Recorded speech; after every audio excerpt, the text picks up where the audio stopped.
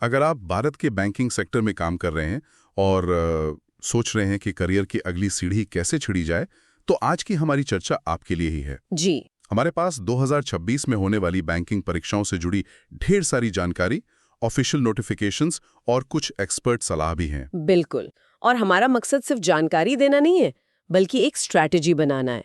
हम बैंकिंग की दुनिया के दो सबसे मशहूर सर्टिफिकेशंस JAIIB और CAIIB इनकी परतें खोलेंगे। अच्छा। ये क्या हैं, क्यों ज़रूरी हैं और 2026 में इन्हें पास करने का पूरा गेम प्लान क्या होगा, आज सब कुछ समझेंगे। तो ये बैंकिंग प्रोफेशनल्स के लिए एक करियर रोडमैप की तरह होगा। आप ऐसा कह सकते हैं। तो चलिए सीधे मुद्दे पर आते हैं।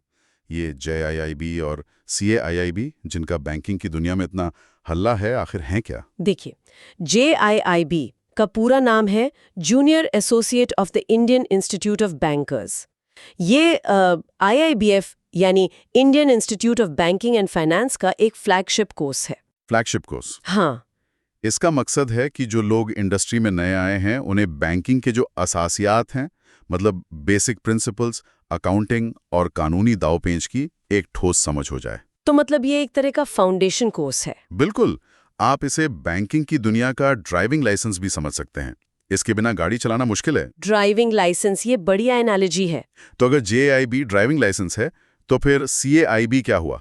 Commercial licence? एकदम सही पकड़ा। CAIB यानी certified associate of the Indian institute of bankers एक एडवांस्ड लेवल सर्टिफिकेशन है। ये उन लोगों के लिए है जो JIIB पास कर चुके हैं और आप मैनेजमेंट की भूमिका में जाना चाहते हैं। इसमें आपको risk management, advanced banking technology, financial management जैसे भारी भरकम टॉपिक्स मिलेंगे। तो मतलब स्पेशलाइजेशन की तरफ एक कदम। जी। और सबसे बड़ी बात, CAIB का फॉर्म भरने के लिए JIIB पास करना पहली शर्त है। ये अनिवार्य है। समझ गया। तो ये तो साफ है कि JIB पहली सीढ़ी और CAIB दूसरी। पर सवाल ये है कि इस पहली सीढ़ी पर पैर रखने के लिए क्या चाहिए? मतलब कौन-कौन ये परीक्षा दे सकता है? JIIB के लिए योग्यता काफी सीधी साधी है। पहली शर्त, आप IIBF के सदस्य होने चाहिए। ओके। दूसरी, आप भारत में बैंकिंग या फाइनेंस इंडस्ट्री में काम कर रहे हो।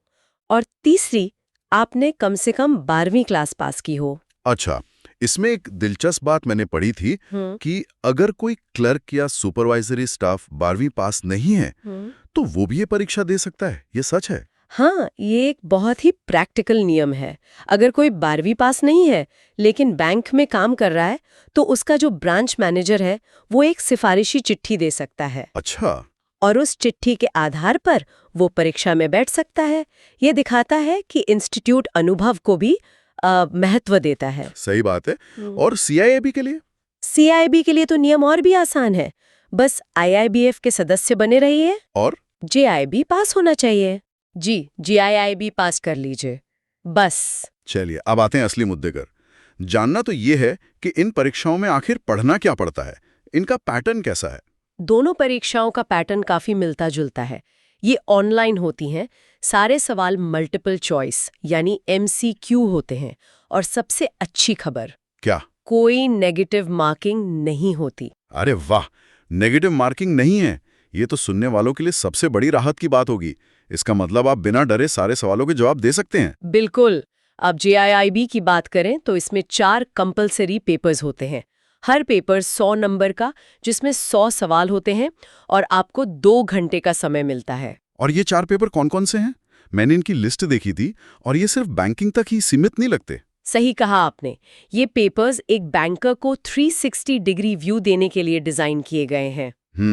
पहला है Indian economy and Indian financial system.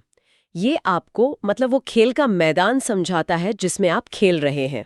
Right. Macro picture. जी। दूसरा, principles and practices of banking या PPB। इससे तो आप बैंकिंग की बाइबल कह सकते हैं।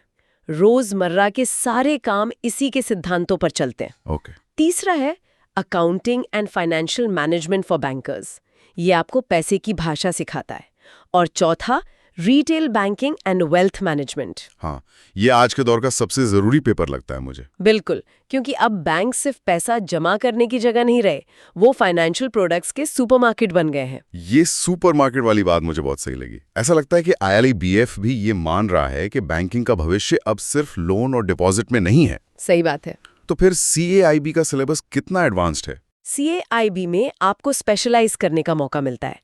इसमें कुछ पेपर अनिवार्य होते हैं, जैसे एडवांस्ड बैंक मैनेजमेंट और बैंक फाइनेंशियल मैनेजमेंट, लेकिन फिर आपको एक इलेक्टिव पेपर चुनना होता है। अच्छा, तो चॉइस भी है। हाँ, आप अपनी रुचि के हिसाब से रिस्क मैनेजमेंट, कॉर्पोरेट बैंकिंग या ह्यूमन रिसोर्स मैनेजमेंट जैसे विषयों में से कोई एक चुन सकते हैं।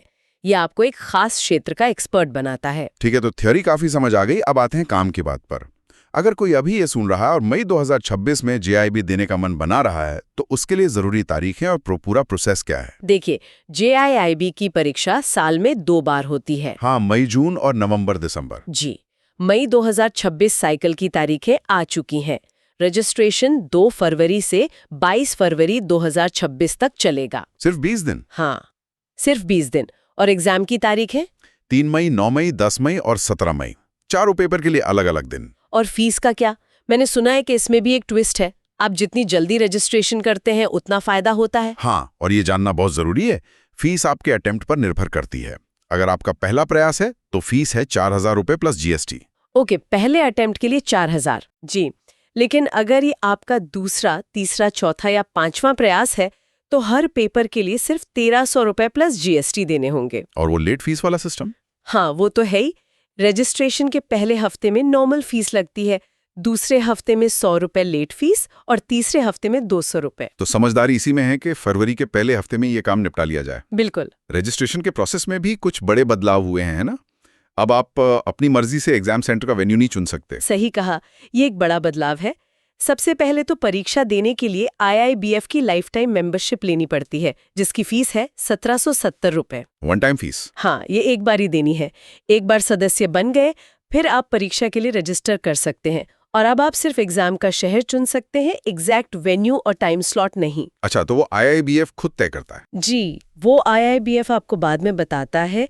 इसी वजह से एडमिट कार्ड भी अब परीक्षा से 10-15 दिन पहले ही आता है, रजिस्ट्रेशन के तुरंत बाद नहीं। शायद ये लॉजिस्टिक्स को आसान बनाने और ये सुनिश्चित करने के लिए किया गया है कि किसी एक सेंटर पर ज्यादा भीड़ ना हो सकता है। तो चलिए अब सबसे जरूरी सवाल पर आते हैं। ये सारी मेहनत, ये पढ़ाई, ये फीस, आखिर इसका फायदा क्या है? परीक्षा पास करने के बाद होता क्या है? देखिए, पास करने के 2 तरीके हैं। पहला, सीधा रास्ता, हर पेपर में 100 में से 50 नंबर ले आइए, सिंपल, 50% मार्क्स। जी। दूसरा रास्ता, जिसे हम एग्रीगेट सिस्टम कहते हैं, वो एक तरह की लाइफलाइन है। अगर आप एक ही प्रयास में सारे पेपर दे रहे हैं तो आपको हर विषय में कम से कम 45 नंबर और कुल मिलाकर 50% यानी 200 नंबर लाने होंगे। हाँ, ये क्लासिक एग्रीगेट सिस्टम उन लोगों के लिए एक बड़ी राहत जो कुछ विषयों में बहुत अच्छे होते हैं पर किसी एक में मतलब अटक जाते हैं। बिल्कुल, लेकिन मैंने सुना है कि प्रयासों की भी एक सीमा है। हाँ, और ये सबसे महत्वपूर्ण नियम है। आपको परीक्षा पास करने के लिए रजिस्ट्रेशन की तारीख से 3 साल के अंदर कुल 5 मौके मिलते हैं। 1 मिनट, बस 5 मौके 3 साल में?